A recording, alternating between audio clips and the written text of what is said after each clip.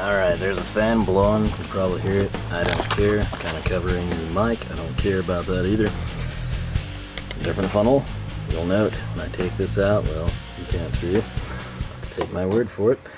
There is coolant. Brand new coolant that I just poured into the thermostat. That's a big deal. It's not leaking. That's what we were trying to correct. I had a scare here where I've spent the last several days thinking I was going to have to tap this side, ironically, not the more difficult to get to, but this side. I've even got a tap somewhere up in here. I don't know, up there. This is a Four Seasons water neck. It looks very, very, very similar to the Motorad that I had. It's not factory, replica, OEM. It doesn't have front on the tab. The main difference, this one actually looked worse interior-wise. It has like a bead running down it. The thing is, the flange looked better. And I don't know if it's that, or if it's that we backed off the torque. If you come in here, and I grab this guy, little Capri, factory spec would be 12 foot-pounds, which I don't have access to anything that does that, so I have to use inch-pounds, so that would be 144. You'll note we are nowhere near 144. In fact, we're down to 100. And in studying the gaskets, the Motorad paper one, which looks just like this Four Seasons one, and the Felpros, it looked to me as if we had a situation where the gaskets were getting kind of pulled down and the stamping on that was actually kind of etching into the aluminum, which you would think would seal well, but that's also a bad thing. And the Motorad versus the Four Seasons, the flange looked a bit better. And that is kind of what I think the difference here is, because this is the junk gasket. This is like that gray gasket. This isn't a Felpro. And I'm inclined to say, I had to run and get the camera, and again, you can kind of see my antifreeze sitting in there. It is not running out. Previously, this was leaking everywhere. We've corrected them all. This was our first known leak. Brass heater hose fitting, you would think would be vastly superior to plastic. It was junk. Had to replace it with plastic. Then this leaked. We corrected that with a clamp. I'm a little scared of that clamp. It kind of interferes with the thermostat housing. The bigger thing, I went to move it. That's why that little Koken is sitting there. Quarter drive guy. One of the few things that'll fit there. And we can't. That clamp is like done. It's spent, but it's tight, so we're gonna call that good. The other thing that's concerning is I've got to get the alternator stuff reconnected. I'm gonna leave that sitting. Now, we don't have the hose down. That's always a pain in the butt. That's where these come in really handy. They're amazing hose clamp pliers. I had those shut down now because I was trying to turn the 5/16 tap a little bit at the start. This gasket was also not good. It did not line up with the machine flange, and it didn't really line up with the water neck itself. I don't know what happened there, but it wasn't cut correctly.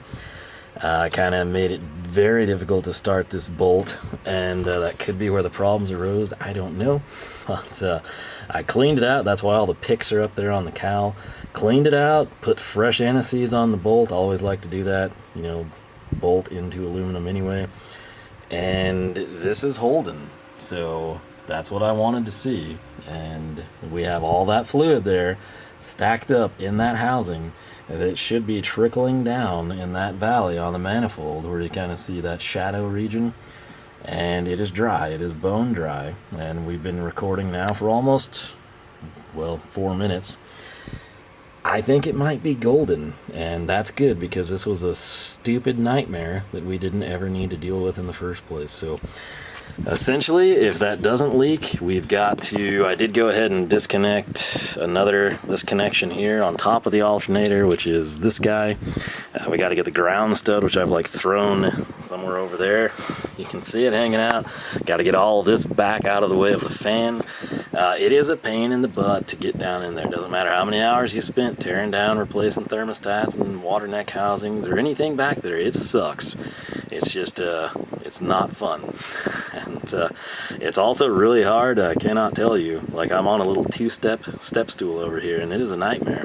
When you can pull everything out of the front and stand here, it's a little bit better, but it still sucks. So this was a major setback, like major loss of time here, because I don't get a lot of free time. So that's a thing. And then there's a couple of other bolts up here. That one in particular in a nut grip socket is going to anchor that.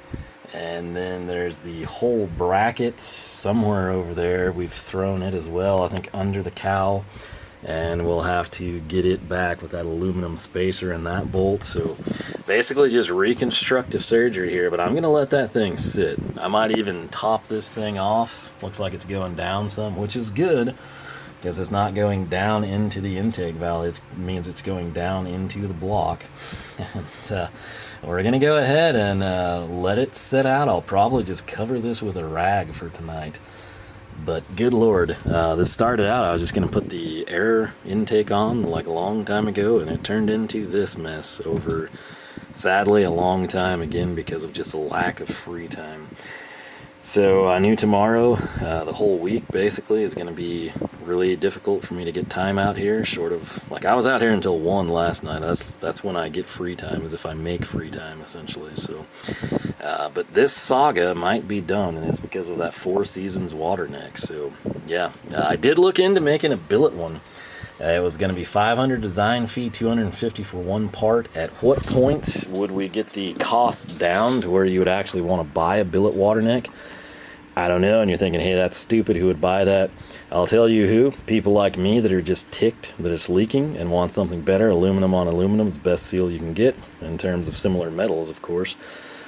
Show truck, sounds crazy, 94 to 01. Even the 01s are vastly and quickly approaching the antique vehicle or classic vehicle in most states. A lot of you are probably picking them up for your kids, grabbing them as like weekend river toys or drag trucks or show trucks or just little projects. Similarly, drag people. And you got to think, 5.2, 5.9, this setup is almost the same across the board, whether it's a Dakota, a Ram, Grand Cherokee, Durango. You would kind of be with Grand Cherokee and Durango people, again, looking at like river toys, off-roaders, and of course just people that are ticked about them leaking. I think you'd have to get the price sub 50, like 49. That's asking a lot of people, but again, if you have a choice, if you come out here and you're just changing your thermostat, or you've got a leak or a massive leak develops, whatever, and you have to do this more than once, you will probably skip the $9.99 to $19.99 water neck options and go to the billet one. So if you're someone that would be in that boat and be interested, let me know. But I have no idea. I've not looked at any of the clips on this thing.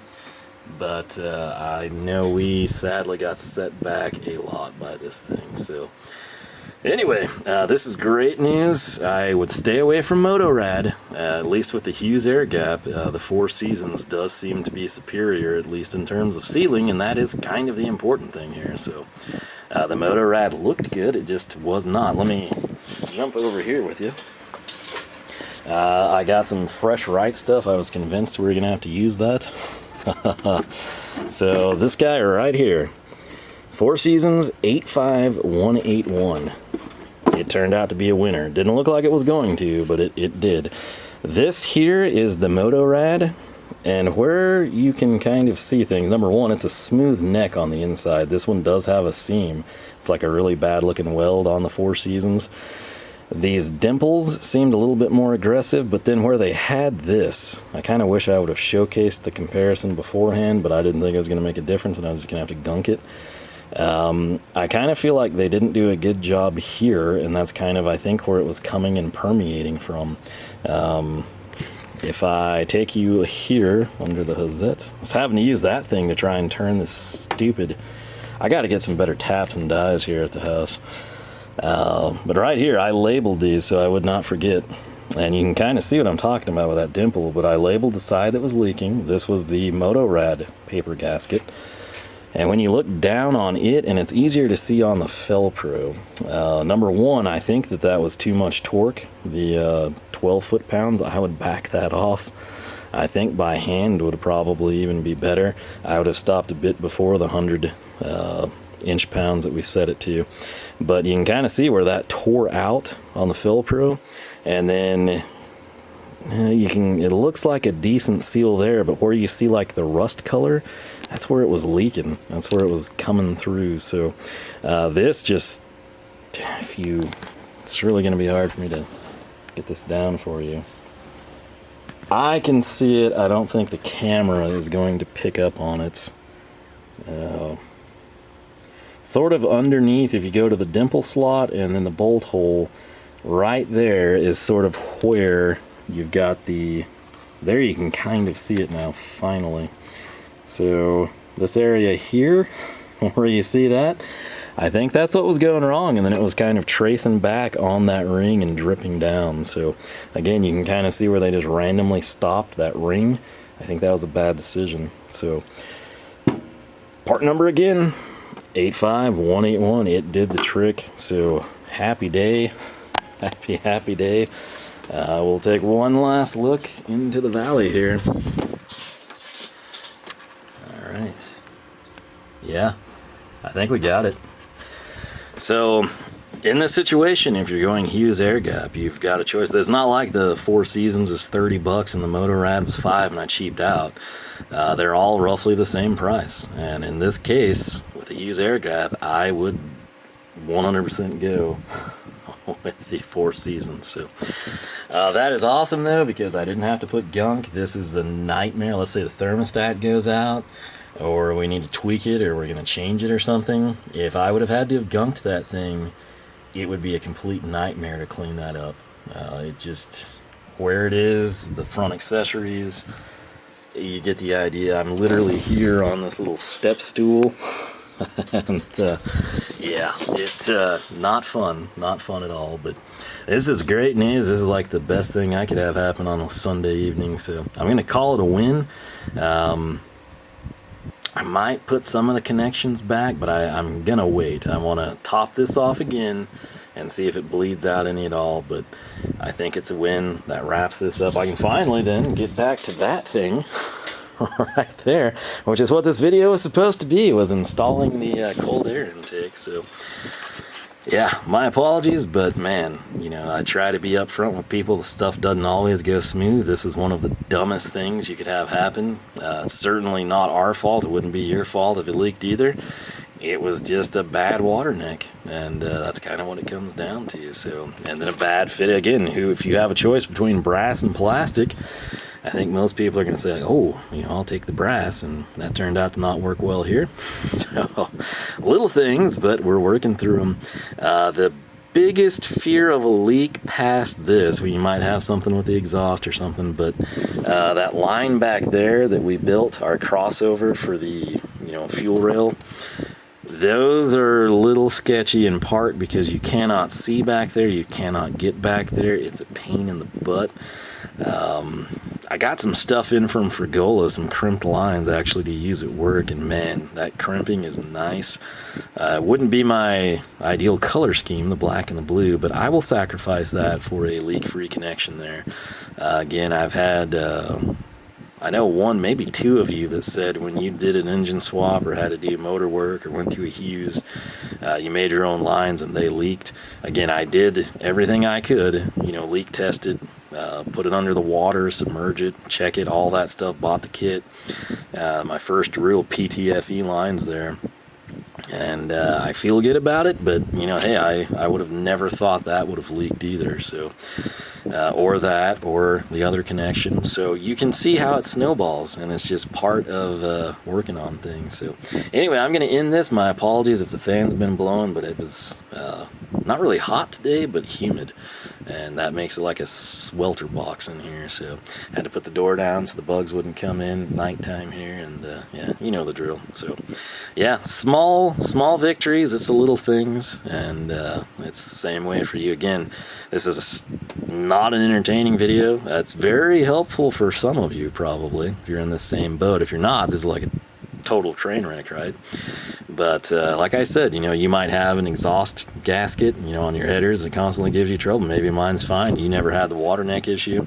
It's just you document what you go through, and hopefully it helps somebody out in the future. So, well, that's it. Yeah, 4 seasons for the win, apparently. So I'm going to chalk that up as a win. I'm going to button this up a little bit. I'm still very leery, and maybe I'll go pry around on some other things here in the shop, but super happy. And like I said, next time on the Ram Revival, we'll do something productive. I'm not sure what. Maybe I'll like play it safe and jump back to the camera. The exhaust I'm needing to get done, and of course the cold air intake. I'm just, after all of these leaks, I'm very leery of that fuel line back there. So anyway, I'll quit rambling. Thanks so much for watching. Do hope you're enjoying the Ram Revival. I'll try to shield the mic a little. It is on the far side, but yeah. All I can tell you is at least you're not here having to bend over the fender, because it sucks. But anyway, LoneStarMopars.com is a website. You can find us on Facebook, Twitter, and Instagram, all 3 at Lone Star Mopars. If you skipped ahead and you're like, what's the sock doing? That braces my hand and it keeps me from tattooing Mopar Magnum into my palm. If you don't believe me, try it. Find out for yourself. But yeah, it's holding, so very, very happy. Thanks again for watching. I promise we'll have more action, more enjoyable action here coming up shortly, so stay tuned.